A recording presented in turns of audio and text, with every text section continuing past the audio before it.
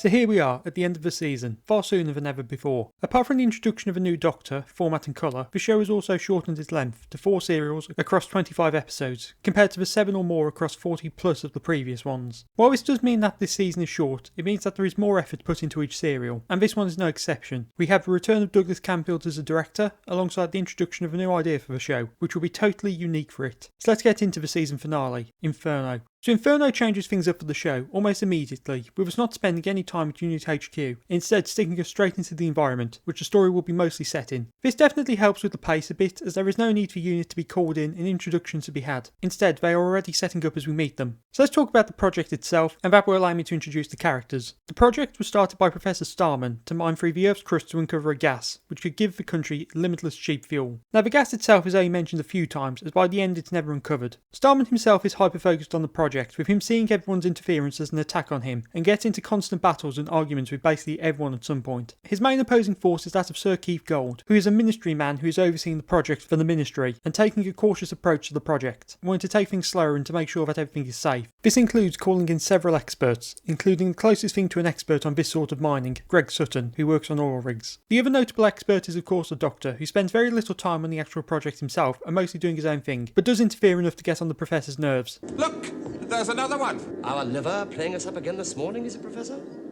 The Professor's staff are mostly in the background, with one exception, that being his assistant Petra Williams. Unit meanwhile have no part to play in the initial setup of the project, and instead only get called in later due to a mysterious killing which had taken place. We're then busy setting up the Briggs office when we first meet them. This scene notably gives us Benton doing the decorating, and while he did appear in the previous serial, it was this serial which he was to be brought back for, and so he was added into Ambassadors instead of creating a new character for that serial. Unit play a much smaller role in this serial than the previous ones, with the plot not really allowing them more than a few action scenes, as there is no big threat which they can battle. In fact, the serial doesn't really feature a singular villain, instead it features several antagonistic forces, one of which is Starman, while the other is the planet itself. Starman is a villain entirely because of his dedication to the project, being blind to all that could go wrong and does go wrong throughout. He does ultimately get his comeuppance for this, but we'll talk about that while covering him in a bit. The Earth being a villain is an interesting change for the show. While you could argue that the planet isn't a villain itself, I think the serial does use it as an antagonistic force due to how it kind of fights back against the drilling. While there is no malice on its side, the forces it had buried deep below, which have been contained, are a danger, with a first degree news that is pumped up to the surface, which can infect and transform anyone who comes into contact with it, and then the potential destruction of the entire planet. The series deciding to use the Earth itself as a force that is fighting against the characters is unique, and makes for a very strong ticking clock element towards the end. Obviously the use of Earth as this force is a part of the commentary of the serial, about humanity's strive for gain and how it destroys everything around us. The serial is a warning about how our actions affect the planet that has been keeping us alive. In this case, it's protecting us from these forces that could destroy us, and we're carelessly trying to risk everything for either money or personal gain. The choice to have the Earth used this way does make it more than just a rocky planet in a way. Now while I've covered the antagonists and the threat for the most part, we have to delve into the new and out there idea which the serial plays with. So if the Doctor's stuck on the Earth, this does limit the threat that can be present in the story, but this serial does mix things up a bit with the introduction of parallel universes. As shown in the previous serial, the Doctor's removed the TARDIS console, and in this serial he has brought it with him and is using the nuclear power of the drilling operation to power it, and to attempt to leave the Earth. So I'll talk about what this implies for what's wrong with the TARDIS aspect of the show in a later video, but at the moment I'll cover the how of the Doctor is able to travel to another universe. So during a test flight there was a power increase to the reactor which nearly destroyed the drill, but at the same time caused the TARDIS to slip sideways, with the Doctor stuck between worlds for a moment. With this discovery, the Doctor later tries to recreate this, but the power is shut off by Starman, and so he's sent into a parallel universe which is almost the exact same as ours. While on the surface things do seem the same, there are a lot of differences. For one, the Doctor doesn't exist, and beyond that... Brigadier, will you kindly tell me what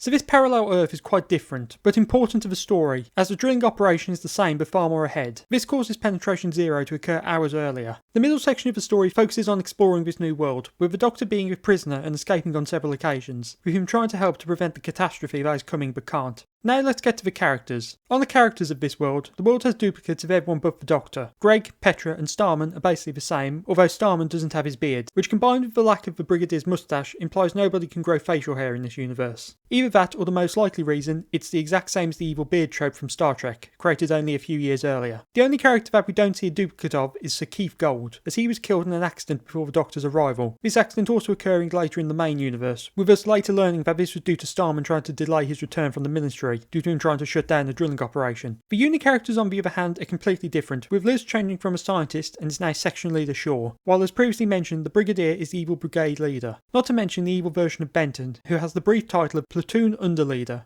Shaw and the brigade leader are fleshed out by the serial, with us seeing a bit into Shaw's psyche and how she became a member of the military, while the brigade leader acts as the big villain, with him completely opposed to the Doctor throughout, and is willing to kill him on many occasions. Shaw is against the Doctor towards the beginning, but does slowly turn to his side as he proves to be the only one with any idea of what to do as the world begins to fall apart. By the end it's only the brigade leader who is against him, but by then it's too late for him to do anything, as all his troops have fled and he is later shot. This stretch all builds up to the end of the drilling operation, which causes the destruction of the world. Once penetration zero occurs, it's all over, and it's only a matter of time before the world tears itself apart. So that's a somewhat brief explanation into the parallel Earth, as there is quite a bit to it. The Earth isn't fully explored with how society now functions, only being touched on at times, but the key purpose within the story it serves is showing the audience the fate of our Earth if the drilling continues. This isn't a serial about another Earth, and so that aspect isn't fully fleshed out, but it doesn't hurt the serial, as its place in the serial is trying to show us the future, which works well as it cements the ticking clock, and fits well into the commentary. Episode 6 focuses on the Doctor trying to return to his world, but he of course has the brigade leader against him. But he's not the only one, as by this point of the serial, the Primords have been introduced. So as mentioned towards the start, the drilling brought up a green ooze which transforms people who come into contact with it. On our Earth the infection causes some scientists and unit soldiers to begin the process, but it's slow due to the cold climate. In the case of the parallel Earth, due to penetration zero happening far sooner, it means that the intense heat is able to complete the process, with many scientists including Starman to become Primords. Starman's transformation is the only one with any weight to it, due to us seeing his infection in our reality and then his fate in the other. The Primords themselves aren't explored by the serial, with them being very animalistic creatures who are dangerous to touch, not just due to the intense heat they generate, but because a single touch spreads the infection. They're just an obstacle within the serial, but are terrifying due to their origins and how even before the transformation it completely destroys the mind of a person infected by reverting them to an animalistic state in minutes, even within a cold environment. Starman is the only one who is infected and is able to hold it off for a long time. The serial doesn't give any sort of reason for it, so it could potentially just be to a good immune system, or more likely, his very strong will and arrogant nature. Potentially the reason could just be that he barely touched the ooze as the glass hadn't broken enough, but either way his transformation took a lot longer in both worlds, with him not fully transforming in the alternative reality until after penetration zero, and in our reality right before it.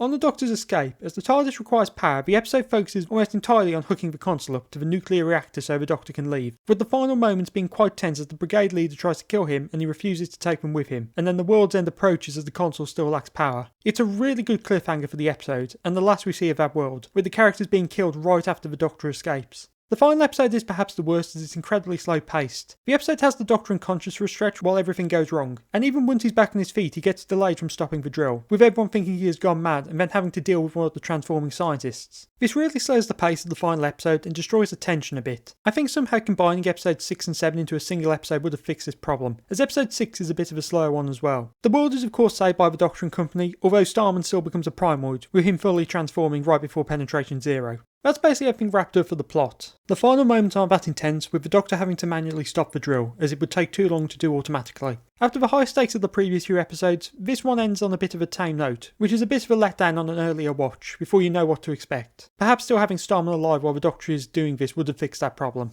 The final few minutes are spent wrapping things up with a comedic scene as the Doctor tries to leave but ends up landing on a waste dump. This scene made far funnier by his final talk with the brig, with him saying things he definitely wouldn't have said if he knew his escape was about to fail. I've had about all I can stand of this pompous, self-opinionated idiot here. This leads to him having to make up again before walking off with the brig arm in arm while Liz laughs. So that's the plot and everything wrapped up. There really isn't anything else to say without talking about the characters, so let's start with the brig. The Brigadier is on point as always, but due to the nature of the story we don't spend much time with him and he doesn't get a lot to do. He gets plenty of sparring matches with Starman as things begin to take a turn once the Doctor has disappeared, but the brigade leader is the big one of the two for this serial. As this is the only appearance of him, it means that we get only a brief look at him, with the majority of his characterisation being designed to be the opposite of the Brig's, with him being a completely ruthless and evil man who lacks a sense of humour. The last few minutes of episode 6 showing him breaking down as nobody will listen to his orders as the world is falling apart gives him some strong moments as the facade we've been seeing completely breaks down. It is a great ending to his character with him being shot by Shaw after he's basically lost everything. Onshore, let's talk about Liz and her counterpart. So Liz is the most sidelined she's ever been. Apart from the fact that we spend most of the serial with Shaw instead, there really isn't anything for Liz to do in the story. With a Doctor on the other Earth where everything is happening faster, it means that Liz is just sort of there without anything to do, other than be worried about the Doctor. In the earlier episode she spent her time with the Doctor helping with his experiments, but once he's gone, so does the plotline for her. She does get to do some stuff in the final episode when she's the one who has to do the legwork for the Doctor towards the beginning, but once he's back on his feet she fades into the background. Shaw on the other hand is very strong. Apart from her being a more confident character, with her basically having an army behind her, she's given a lot of authority within the story and can snipe back at the brigade leader when he starts to lose it towards the end. She's also basically able to go through any sort of character development, with the Doctor managing to bring out the nicer side of her, which leads to her helping him to return to his own world. She is a lot more of a realist than other characters, which puts her in a position where she can really see the situation and what's happening when others can't. Somewhat unfortunately, this would be Liz's final serial, as Barry Letts found that her character wasn't working, although this departure was also assisted by Caroline John having become pregnant. This means that Liz gets no write out and doesn't do much in the final story, which is very unfortunate, and it's definitely comparable to Dodo in terms of companion departure, but I think this is better mostly because it's the end of the season rather than halfway through the serial. Finally, we have the Doctor, who is of course the best handled of the cast, entirely due to him having no doppelganger, and so is present in both halves of the story. Due to the nature of the story, we get to see the Doctor's intelligence on full display. We can get into constant confrontations about it, usually with Starman and later the brigade leader. We also get to see his technical side again, with him showing off his ability to work with electronics and mechanically, with him having to fix things on several occasions, alongside his fiddling with the TARDIS console. But the big one is the introduction of a one-off device which is somewhat reminiscent of what the sonic screwdriver will be. I'm sure this Harry Slocum character won't have one of your funny gadgets. Funny gadgets? It's only a door handle.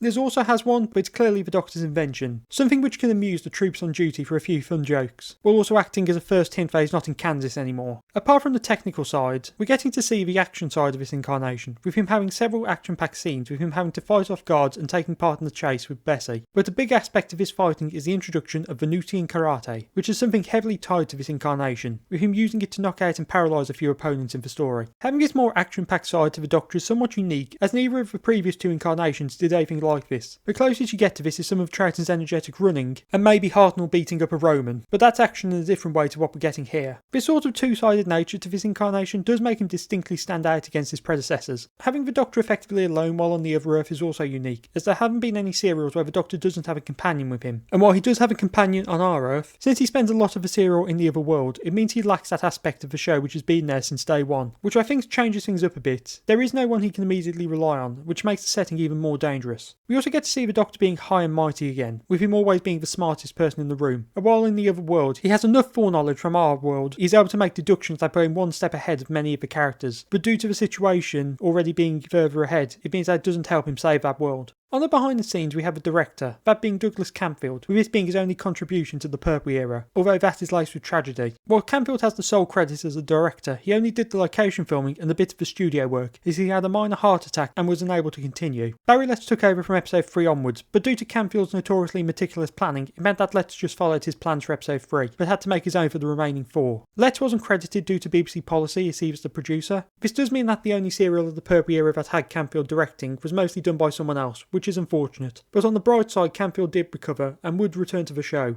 Eventually. I mentioned the colorisation of the serial as it's a new method, this being a combination of the colour recovery used for the Silurians when they combine the colour signals and image signal, alongside a new method we'll talk about in later reviews, which is used to revert NTSC versions of the show back to PAL versions. So Inferno is an overall great serial. It really picks things up from the previous serial, which really lost its steam and direction, although it is a bit too long and would have been better as a tight 6-parter. It has an interesting plot which takes the show to places it hasn't been before, and that idea is used well to increase the tension without putting the world in immediate danger, something which if it does too often could become a problem. The companion write-out is also unfortunate, with it being a case of she's there and then the next season she's not, but that was far more to do with behind the scenes issues which came up after production. Bar these two problems, the serial is great, with it having a good message which works well in this era. Perhaps if this had followed up the Silurians, it would have made it stronger, as the two of them both handle strong themes alongside the Doctor's tension with the brig being added to by meeting his evil counterpart. But despite that, the dialogue and action is on point, with it being a shake-up of the show, and having a plot which works perfectly to cap off a season.